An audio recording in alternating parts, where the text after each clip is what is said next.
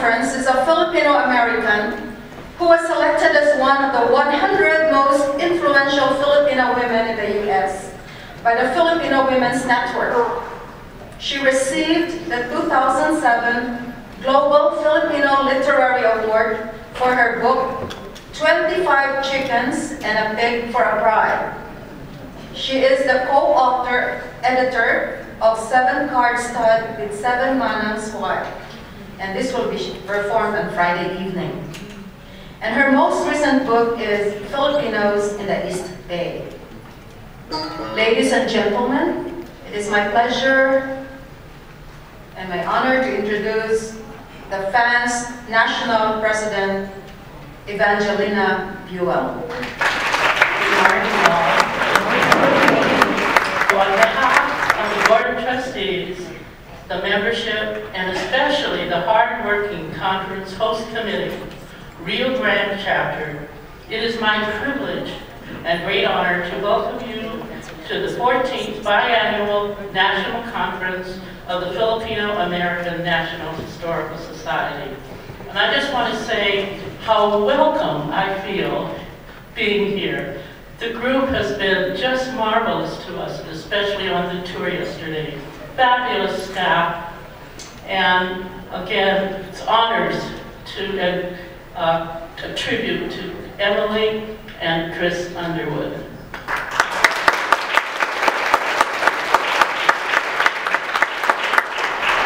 So again, thank you, Rio Grande Chapter, for hosting us and doing a superb job of organizing the conference. And I want to especially welcome a new members, a new chapter from Memphis, Mississippi, 120 new members.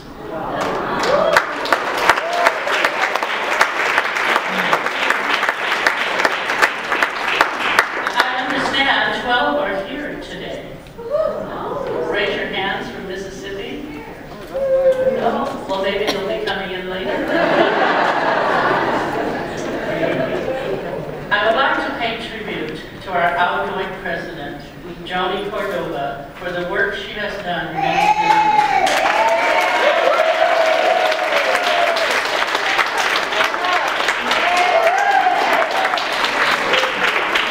Is she here? There she is. Stand up, stand up. I wish her success, fun, and joy in her new adventures and the beginning of her new life. She will remain with us and will continue the journey, but on a different road. And I want to extend our thanks to Fran Womack for her many years of service, especially as treasurer for FANHS National. She also will continue the journey, and again, on a different path, and may it be an adventurous one. Fran Womack.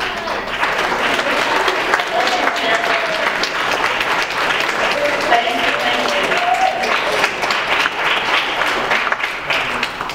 Today, I would like to share my journey through FANHS from 1990 to 2012, 32 years.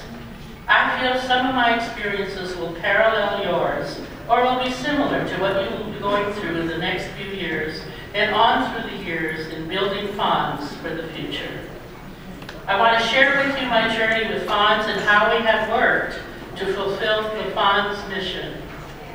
My name is Vangie Buell, short for Evangeline, formerly Bylas and Elkins, and my maiden name is Canonizado. I was born in San Pedro, California in 1932, 80 years ago. And I was raised in Oakland, California. My parents are from the Philippines, my father from San Antonio, Zambales, and my mother from Nueva Ecija, Luzon. I'm now married to Bill Buell.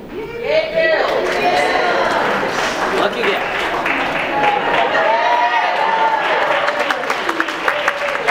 Stand up, Bill.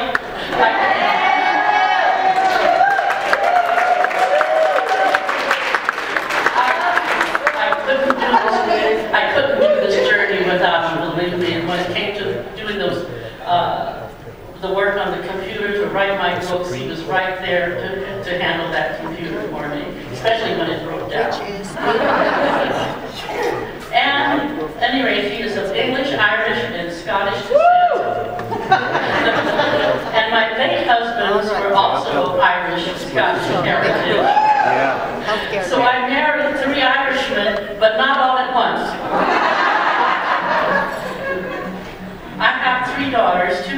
daughters and 1 grandson, and a great-grandson of 12 ethnicities. If you want to see this picture later, I'll show it to you.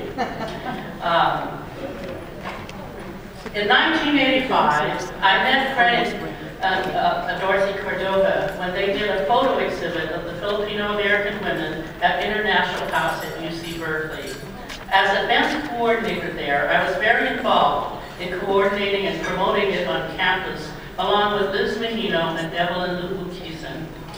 The FANHS conference in Sacramento in 1990 was the beginning of my relationship with FANHS.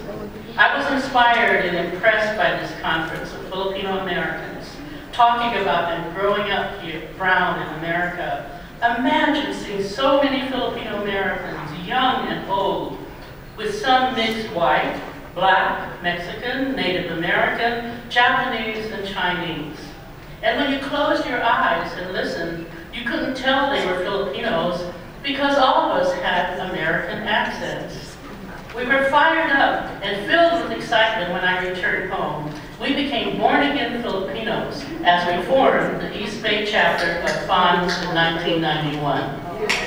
For me, it was the beginning of a new Filipino-American community since my immigrant family and friends had long passed away.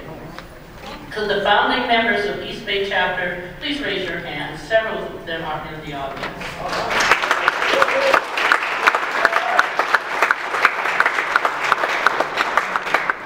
In 1994, we organized the FANHS conference in San Francisco. It was an exciting conference because of our input on sharing our stories and our experiences. At that conference, I also received the VIP award for my work as a folk singer and guitarist.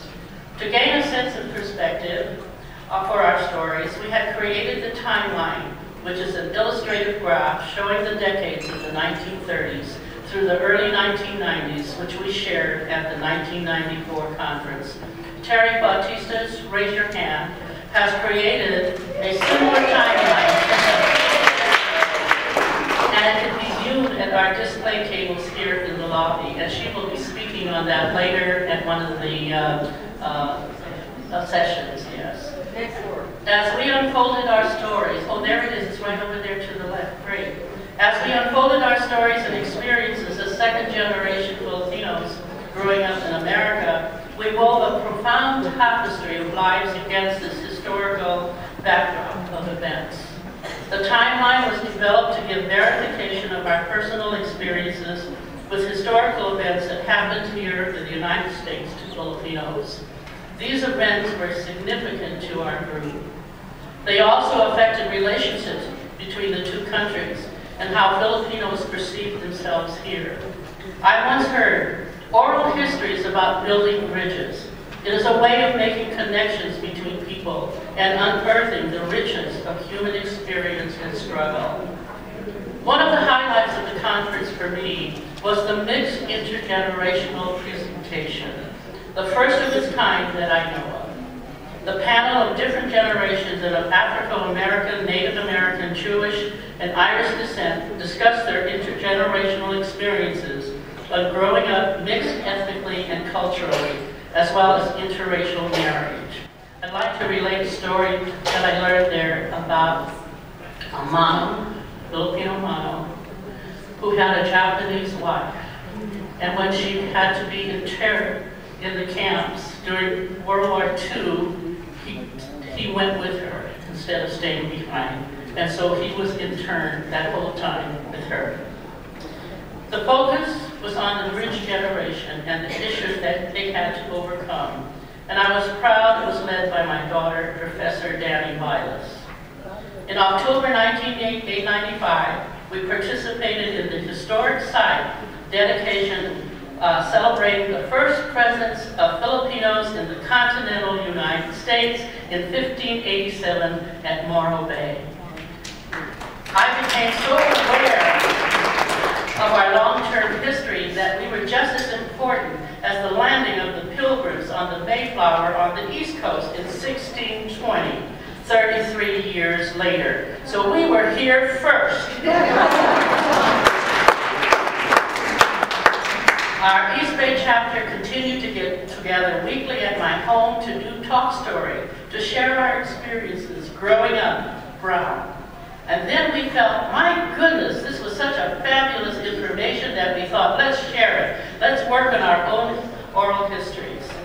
The American poet Adrienne Rich once said, when someone with authority, other teachers say, describes the world and you are not in it, there is a moment of psychic disequilibrium, as if you looked into a mirror and saw nothing. We decided to gather our oral histories and share them at schools and churches, the universities and community organizations. And as we spoke to tell our stories, people said, this is so exciting and so unusual, beautiful and also sad. We need to see that written and in writing. There are no stories of Filipino Americans. Helen Toribio was our mentor and leader and was instrumental in developing our oral histories in the book. Dorothy Cordova was one of our workshop leaders to help us with our writing. One of her themes to get us started was to close your eyes and think about being in the kitchen and what would you do there? Of course, we all thought about food, and how would we write about food? And of course, at all of these workshops, we had food galore, from lumpia to mongo beans to pancit. It was never ending. It was always food, food, food. The F word for Filipino is food.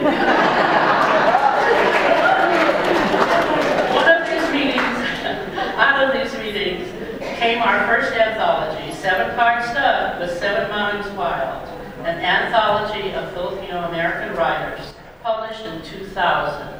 Helen Toribio was our editor, and the co-editors were Terry Bautista, Liz Mejino, and me. Terry and Liz, raise your hands.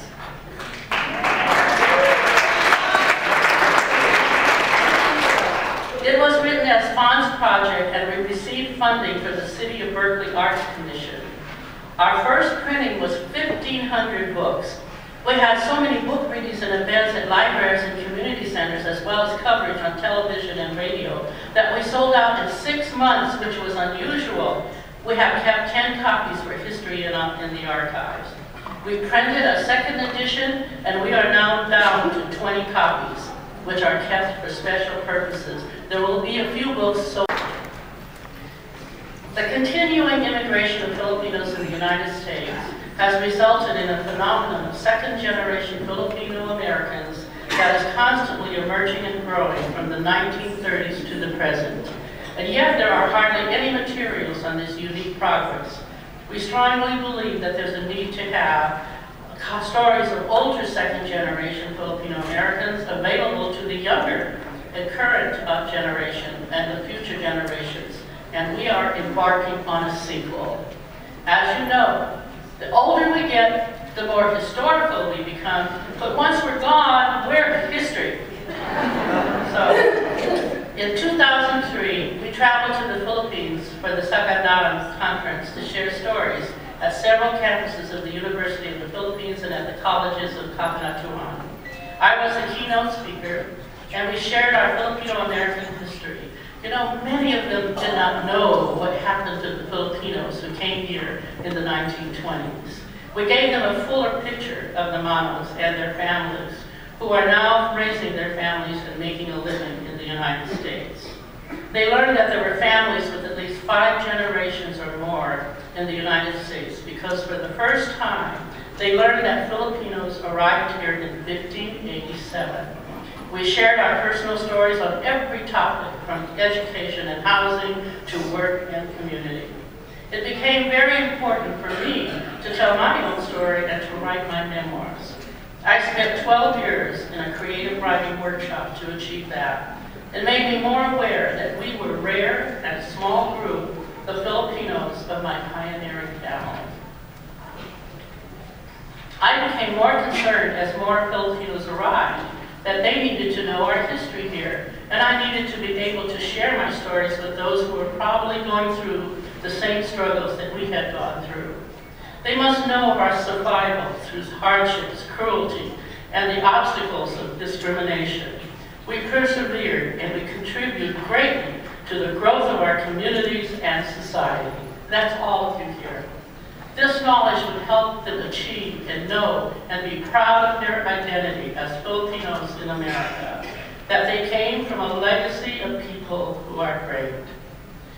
It is important for our families to have their history, because knowing our history and culture is knowing ourselves.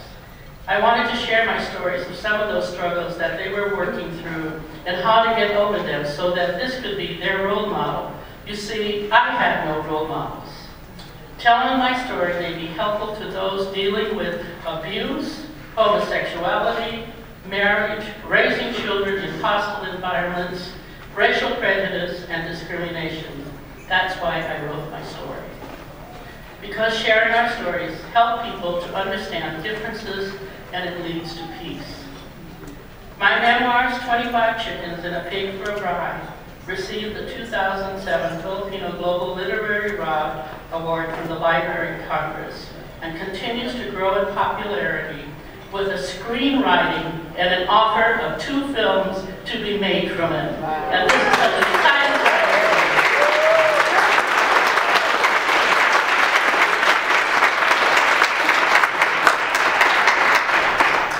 To identify and preserve our community visually in 2008, authors Evelyn Lulukeson, please stand, and I, co-authors Ellie Lewis and Lillian Gallego, put together the Arcadia publishing book, Images of America, Filipinos in the East Bay, which is a 100-year history of pioneering Filipinos in the East Bay. Evelyn, are you here? There she is, back there. It was a year and a half in the making, including interviews with many of the older Filipinos in the 80s and 90s. I want to say that 7-Card Stud was a FANHS project. If all proceeds go to FANHS East Bay, no authors or contributors received payment. Those projects were done because the East Bay chapter focus is to write books. We wanted to do it for FANHS and its mission, and will continue to present our history through books, special essays, exhibits, and presentations. As FANHS became more known, we have participated in community collaborations and groundbreaking events. Our FANHS San Francisco Bay Area Consortium started almost 10 years ago to strengthen each other's outreach and infrastructure. We found that we are strength in numbers. And I have some people here from the other East Bay chapters or the San Francisco Bay Area chapters. Ron Nueva, are you here? From Santa Clara? He is here. And Vallejo, we have Nelson here. Last year, the San Francisco chapter collaborated with the Philippine Consulate in San Francisco and the Literary Initiatives International Foundation to host the first Filipino-American International Book Festival at the San Francisco Public Library. And Fred and Dorothy and I received the International Literacy Award from that program. The East Bay chapter showcased excerpts from this play, 7-Card Stud, and we also showed it at the Fort Mason Theater Festival. And my Buffalo Soldier play was performed at the International House at UC Berkeley. It's exciting to see the characters in my life being unfolded before me. To enlighten the community, the East Bay chapter and the entire consortium were sponsors of the program held at the San Francisco Public Library featuring a great artist and writer, John Silva. John introduced and expanded on his book, A Token of Our Friendship, Philippine Photos of Male Affection, First Half of the 20th Century. John Silva's research and conclusion dovetails with the new California law requiring the teaching of gay history in California public schools. Thank you. To disseminate our history, FANHS was given book readings and presentations at numerous libraries, bookstores, universities, and high schools throughout California, as well as on TV and radio. We are proud that our books are used in textbooks in colleges and universities in the Asian American Studies departments. We also share our history in music and arts. FANHS has held educational programs and participated in events throughout California and at the Oakland Museum in celebration of Asian Heritage Month. We are represented on the museum's Asian Pacific Advisory Council. Evelyn Lukeson, standing in the back, is now a docent in the History Gallery of the Oakland Museum. She is the first Filipino docent in the Oakland Museum of California. I'm also in the Oakland Museum of California's exhibit, Forces of Change, which will be on display for another year. And my oral history video is now part of the University of California's Bancroft Library collection and is now in the Rosie the Riveter Museum's World War II exhibit in Richmond, California. 2008 was a very busy year for FANHS. We developed, it was a busy year. FANHS developed the Presidio Trust exhibit, War and Dissent, United States and the Philippines, based on Abe Ignacio's The Forbidden Book, the Philippine-American War depicted in political cartoons. My grandfather was one of 6,000 Buffalo soldiers stationed in the Presidio before being sent to the Philippines for the Spanish-American War. My grandfather is buried in the Presidio. To promote appreciation of our Filipino-American experience in 2008, FANHS was the fiscal agent as well as the supporting sponsor for the first San Francisco Filipino-American Jazz Festival.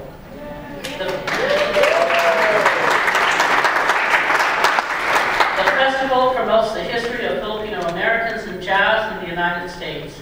We continue to be a festival sponsor as they celebrate their 5th festival this October.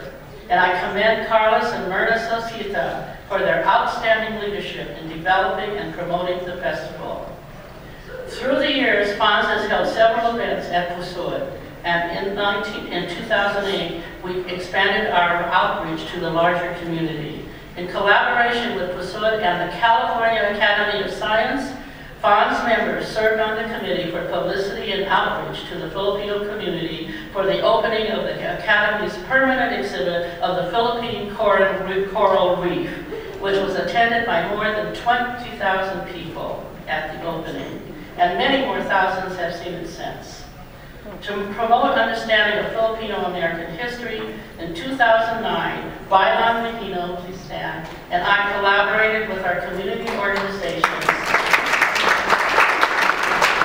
to answer the call from NAFA, the National Federation of Filipino-American Associations, to increase the visibility of Filipinos at the San Francisco Asian Art Museum. We created a large-scale celebration for Filipino-American History Month at this world-class Asian art museum. This was a major step in promoting our visibility in California and across the nation. We need to continue to find our voices in America through the arts, music, and the media that we have produced and continue to produce. This October, we will celebrate Filipino-American History Month for the 4th year in a row at the Asian Art Museum. Through the years, we have held the line to clarify the difference between Filipino-American history versus Filipino heritage. We have maintained the course of promoting Filipino-American history. Filipino-American history is the lived experiences of our families in the United States. What they brought from the Philippines as heritage became infused as Filipino-American culture. We are here in America. In April, the FANHS Consortium served in promoting the play Buffalo by Jeannie Baraga, which had a successful run in San Jose. To promote enrichment, our most recent project, and one of those that is very dear to my heart, was the inclusion of Filipino-American music in the Oakland East Bay Symphony's evening entitled Notes from the Philippines. The evening was made possible when Phil Am Jazz Festival directors Carlos, Myrna Salcita, and I shared the history of Filipino musicians and jazz in the larger Bay Area with maestro Michael Morgan, the symphony's conductor. This program celebrated the rich, vibrant culture of American experience. The evening featured the premiere of 2 newly commissioned works for orchestra by Filipino-American jazz composers Victor Noriega and Art Koo. And I noticed that Victor Noriaga's mother book, Violeta Noriega, is being featured at the Seattle FANHS table. And the young cellist, David Requero's beautiful and stunning music brought tears of joy and amazement. We were so proud of him because he is the nephew of Beth Rosales, one of our FANHS members. Through our work with the Asian Art Museum and the Oakland East Bay Symphony especially, I feel we made major breakthrough with the Philippine Consulate and others in the Filipino community. Through our music, our books, and sharing our stories, there's now more of an understanding and acceptance of Filipino Americans. We have promoted the Smithsonian Single-Up Touring exhibit in Vallejo, San Francisco, and Sonoma, and have participated in numerous events to honor our veterans to all wars. I believe that Karen Penrich is here from the Sonoma chapter. There she is. She's the president there. Why do we need to tell our stories? As Marcus Garvey said, a people without knowledge of their past history, origin, and culture is like a tree without roots. It is therefore necessary for us to reconstruct our history so that we can build a Filipino-American identity, group solidarity, and community awareness that is vital to our efforts to empower ourselves individually and as a community. I am convinced that our projects will continue to contribute to an understanding and appreciation of Filipinos in the United States. We are hopeful that our projects will not only foster a sense of well-being, but also serve as reminders that we are integrally involved in the making and remaking of a multicultural society in America. Throughout my journey, Fred and Dorothy Cordova were alongside me, nurturing, compassionate, and inspiring. They uplifted my spirit and massaged my soul with their words of wisdom and blessings. In closing, I'd like to share something written while we were unearthing our stories. If we do not tell our story, then others tell it for us, as they interpret it. And we will risk losing the essence and truth about the Filipino-American experience. That history could fade from memory, and one day our children's children will be asking, who were our ancestors? What were they like? What did they do? And there could be no one to answer and nowhere to look. I want to wish all of you success in your work and in your journey with FANHS. And may it be a great journey. Thank you very much.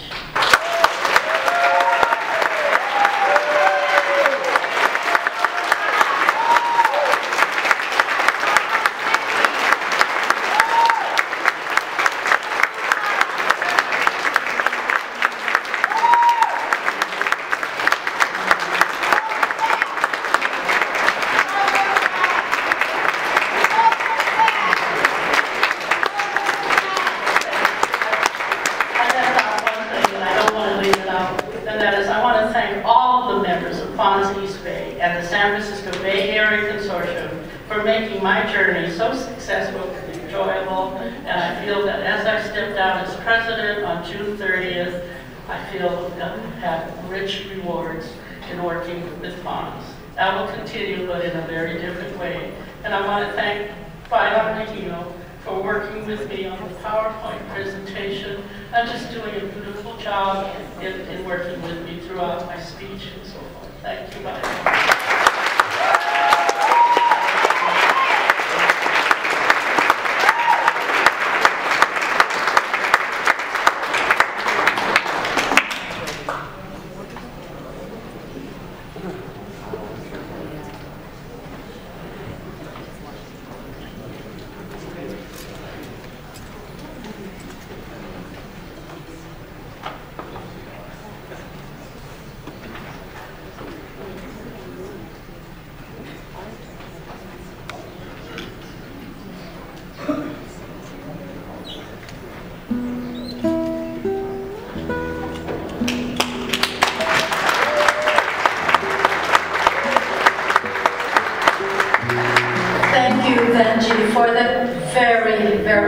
inspiring journey to our sacred and glorious past. I mean, I'm dumbfounded. I didn't even know those things exist. I'm in America, I still don't know. Thank you, Vangie, for your documentation.